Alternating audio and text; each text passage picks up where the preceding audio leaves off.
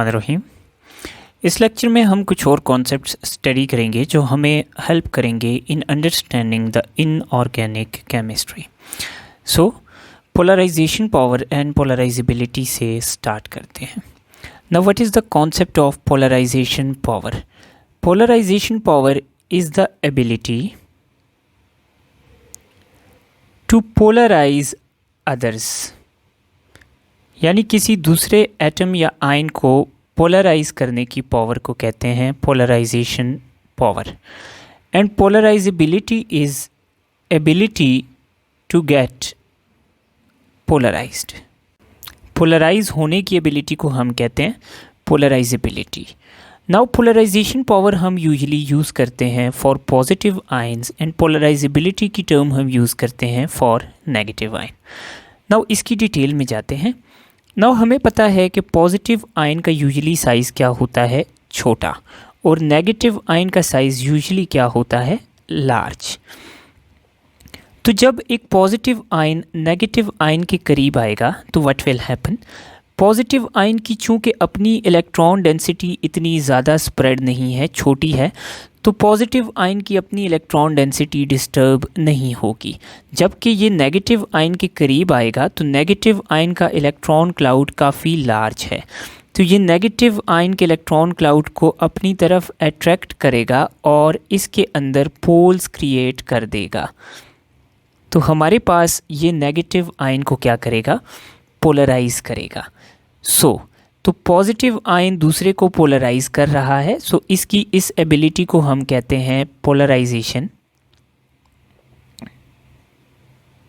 Power. और negative ion polarise हो रहा है तो इसकी पोलराइज होने की एबिलिटी को कहते हैं पोलराइजेबिलिटी।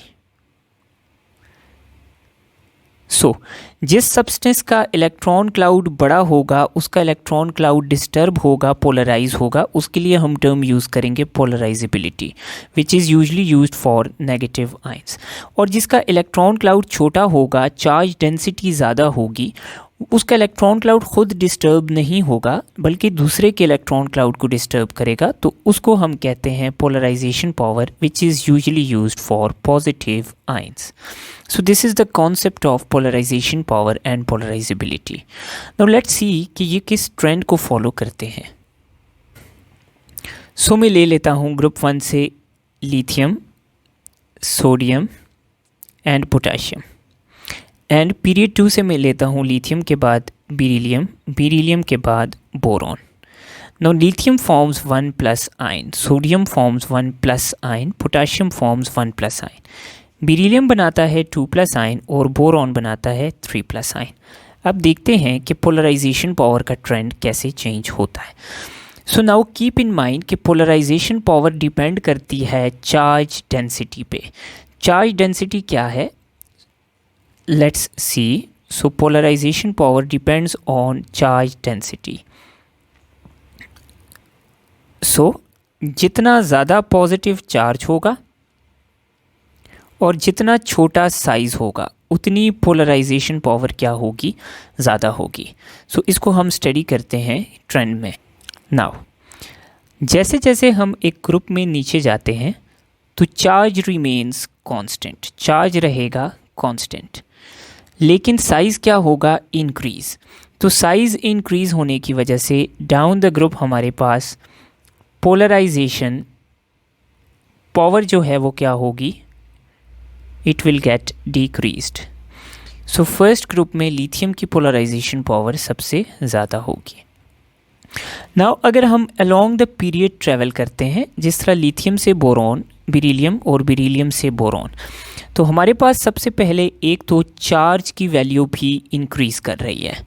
एंड वी नो कि जैसे जैसे पॉजिटिव चार्ज की वैल्यू इंक्रीज़ करती है तो साइज़ हमारे पास क्या करता है, डिक्रीज़ करता है। तो along the period charge is increasing and size is decreasing, therefore polarization power is increasing.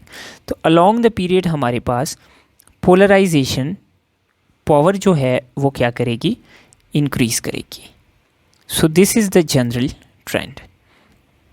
So for example, if we compare sodium, magnesium and aluminium ions, So aluminium ion will have most polarization power, followed by magnesium, followed by sodium.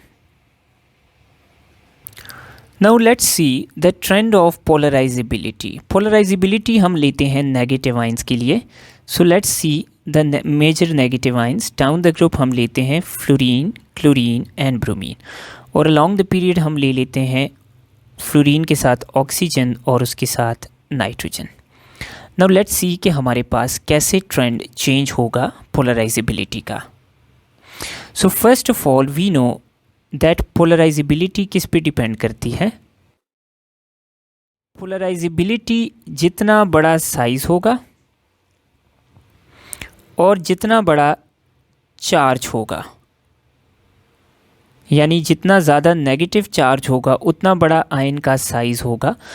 तो size की भी directly proportional है polarisability और negative charge की value की भी directly proportional है polarisability. तो साइज़ इंक्रीज़ होगा, पोलराइजेबिलिटी इंक्रीज़ होगी. नेगेटिव चार्ज की वैल्यू इंक्रीज़ होगी तो पोलराइजेबिलिटी इंक्रीज़ होगी. सो अगर हम इसका ट्रेंड देखें तो हमारे पास 5th, 6th और 7th groups usually negative ions बनाते हैं.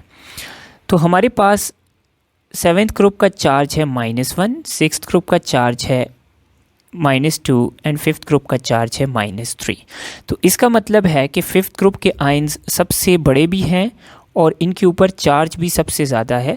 सो they have maximum value of polarisability followed by 6th group followed by 7th group. तो along the period negative ions में पोलराइजेबिलिटी फ्रंट पे जाते हुए डिक्रीज़ कर जाएगी. Now let's see कि what happens to polarizability down the group. अब down the group elements के ions का size increase करेगा.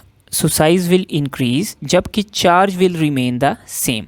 तो फ्लोरीन, क्लोरीन, ब्रोमीन तीनों पे charge same है जबकि size नीचे जाते हुए increase हो रहा है. So due to increasing size overall down the group polarizability increases. So polarizability क्या करेगी? Increase करेगी. So this is the trend of polarizability along the period and down the group. Now polarization power and polarizability have an important relationship with bonding that is present inside the substance. अगर हमारे पास polarization power की value है ज़्यादा और polarisability की value भी ज़्यादा है, यानी दोनों चीज़ें ज़्यादा हैं, तो bond will be predominantly covalent. For example, aluminium has strong polarization power and iodine has strong polarizability. So when they form bond, so that bond is predominantly covalent. And in cases जब हमारे पास polarisation power है कम और polarisability भी हमारे पास कम है, तो bond will be predominantly ionic. For example, हमारे पास है सोडियम का आयन जिसकी पोलराइजेशन पावर कम है एल्यूमिनियम से, और फ्लोरीन का आयन जिसकी पोलराइजेबिलिटी कम है आयोडीन से. तो sodium fluoride will be predominantly ionic molecule and this term is called Fijen's rule. Fijen's rule इसको हम कहते हैं कि the substances with high polarization power and high polarizability form covalent bond and substances with low polarization power and low polarizability form ionic bond.